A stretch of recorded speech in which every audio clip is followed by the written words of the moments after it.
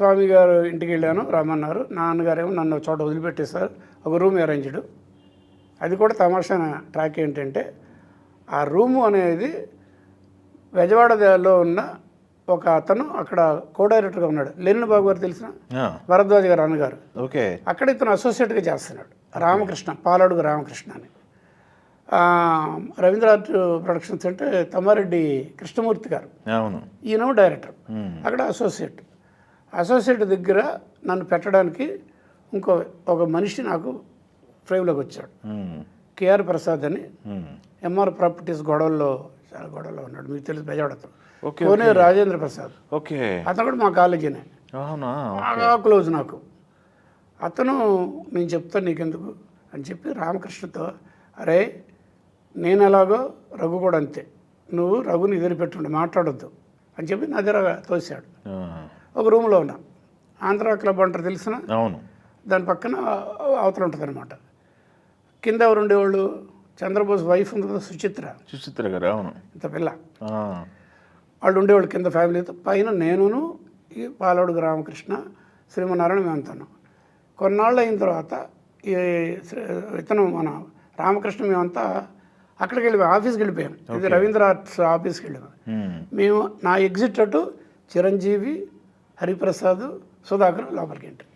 ఆ రూమ్లకి వాళ్ళు ముగ్గురు జాయిన్ అయ్యారు. నేను ఆ రూమ్ నుంచి బయటకు వచ్చాను, వాళ్ళు అక్కడి నుంచే ఉన్నారన్నమాట. బట్ చిరంజీవి నాకు అంతకుముందు నుంచి పరిచయం. అవునా? అంటే వరప్రసాద్గా పరిచయం నాకు. ఓకే. ఫిల్మ్ ఇన్స్టిట్యూట్లో అప్పటి నుంచి నాకు పరిచయం. అక్కడ ఫిల్మ్ ఛాంబర్ వాళ్ళ తాలూకు ఫిల్మ్ స్కూల్ పెట్టారు. దేవదాస్ కనకాల్ గారు, మేడం గారు, ఇంకొక ఆయన, వాళ్ళందరూ ఉన్నప్పుడు వీళ్ళందరూ స్టూడెంట్స్. కొడుకు అతను చిరంజీవి గారు, వరప్రసాద్, నాకు అలాగే పరిచయం.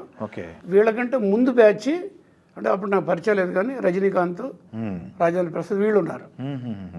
ఇలాగ పరిచయం చిరంజీవి. ఇలా రూమ్మేట్స్.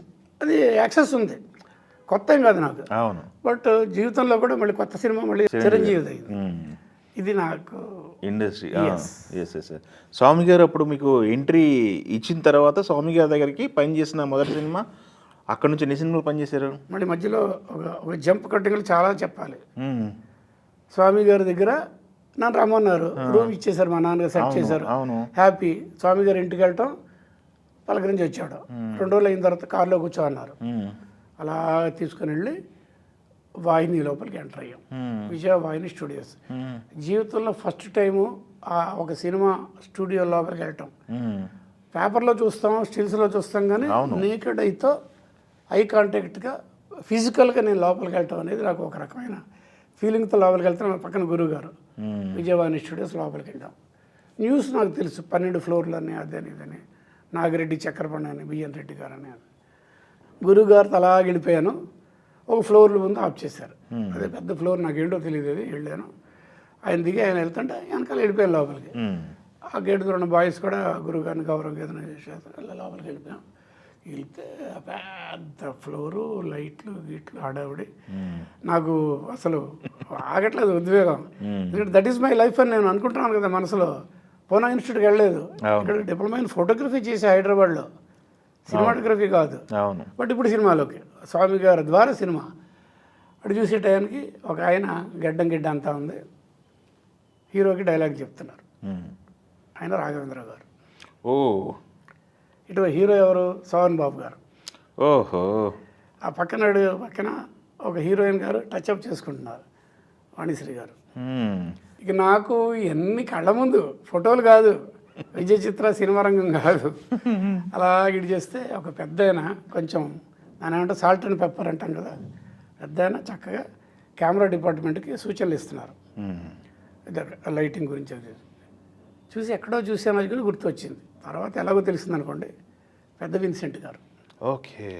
అజయ్ విన్సెంట్, జైనన్ విన్సెంట్ వాళ్ళ నాన్నగారు. ఆయన కెమెరామెన్. ఆ సినిమా బాబు, మారుతి ప్రొడక్షన్స్, ఏఎల్ కుమార్ గారిది. రాఘవేంద్ర గారు ఫస్ట్ పిక్చర్, వాళ్ళ నాన్నగారు గారి స్టోరీ. మనకి జంజాలు కూడా ఏదో ట్రీట్మెంట్లోకి వచ్చినట్టున్నాడు నాకు గుర్తుండి. ఇది ఫస్ట్ నేను చూశాను. అమ్మ రేపటి నుంచి ఇదే కదా ప్రపంచం, గురువు గారితో, స్వామి గారితో అని. అలా వెళ్తే బయటకు వచ్చాము, కారులోకి వచ్చామన్నారు. వెళ్ళిన ఇంకో బిల్డింగ్ దగ్గర ఆఫ్ చేశారు, అది కెమెరా డిపార్ట్మెంట్. పెద్ద పెద్ద పెద్ద ఇది లోపల కెమెరాలు అన్నీ ఉంటాయన్నమాట. లైట్లు కాదు, ఓన్లీ కెమెరా కెమెరా లెవెల్. దింపి లోపల తీసుకెళ్ళి రాజామణి ఇన్ఛార్జ్ అనమాట. రఘు రేపటి నుంచి కంట్రీ అవుతాడు ఇక్కడే, ఈజ్ డిప్లొమా హోల్డర్ అని చెప్పి నా గురించి అన్నీ చెప్పేసి అతనికి కావాల్సిన ఐడెంటిటీ కార్డులు, పర్మిషన్స్ మ్యాటర్స్ నువ్వు క్లీన్ చేసి ఇచ్చేసి అని చెప్పి నువ్వు ఉండు ఇక్కడ, ఆయన ఎడమన్నప్పుడు నువ్వు వెళ్ళు అని చెప్పి స్వామి గారు కారు తీసుకుని వెళ్ళిపోయారు. నేను డేలా పడిపోయాను. ఆయన దగ్గర తీసుకుంటారని నేను డ్రీమ్స్లో ఉన్నాను, ఇక్కడ పెట్టేసి వెళ్ళిపోయారు అనుకున్నాను. మరి వెళ్ళిపోయాను. అక్కడి నుంచి ఒక సంవత్సర కాలం వాహినిలో పనిచేశాను. అలవాటు అవ్వాలని మీకు ఆయన చేయడమే నాకు జీవితానికి ఈరోజు గొప్ప ఎస్సెట్ అయిందనమాట. ఇంత అంత కాదు, నిజంగా స్వామి గారు తనతో పాటు తీసుకెళ్ళి ఉంటే ఆయన ఒక్క వర్కింగ్ స్టైల్ నాకు అబ్బేది. అది వర్కింగ్ స్టైల్ అంటాం కదా, schemes, lighting, what ever composition అక్కడ పెట్టారు. ఒక 5-6 రోజులు డిపార్ట్మెంట్లోనే ఎక్విప్మెంట్ అంతా చెక్ చేసుకుని నేను చేశాను. తర్వాత ఒక్కొక్క రోజున ఒక్కొక్క ఫ్లోర్కి, అయితే రెండు షిఫ్ట్లు అలా పంపించారు. ఓకే. గ్రేటెస్ట్ టెక్నీషియన్స్, ఆర్టిస్టులు, హీరోయిన్స్, డైరెక్టర్తో ఆ 11-12 నెలల్లో చేశాను నేను. 200 పై చిలుకు సినిమాలకు చేశాను నేను. Very good. 5 లాంగ్వేజెస్కి. అన్నీ అక్కడే కదా. అవును. అప్పుడు చెన్నై కాదు, అది మద్రాస్గా ఉంది. అవును. మెయిన్ తమిళ్ ఆల్మోస్ట్ ఈక్వల్గా తెలుగు ఉండేది, కన్నడ ఉండేది, మలయాళం ఉండేది, అడప హిందీ.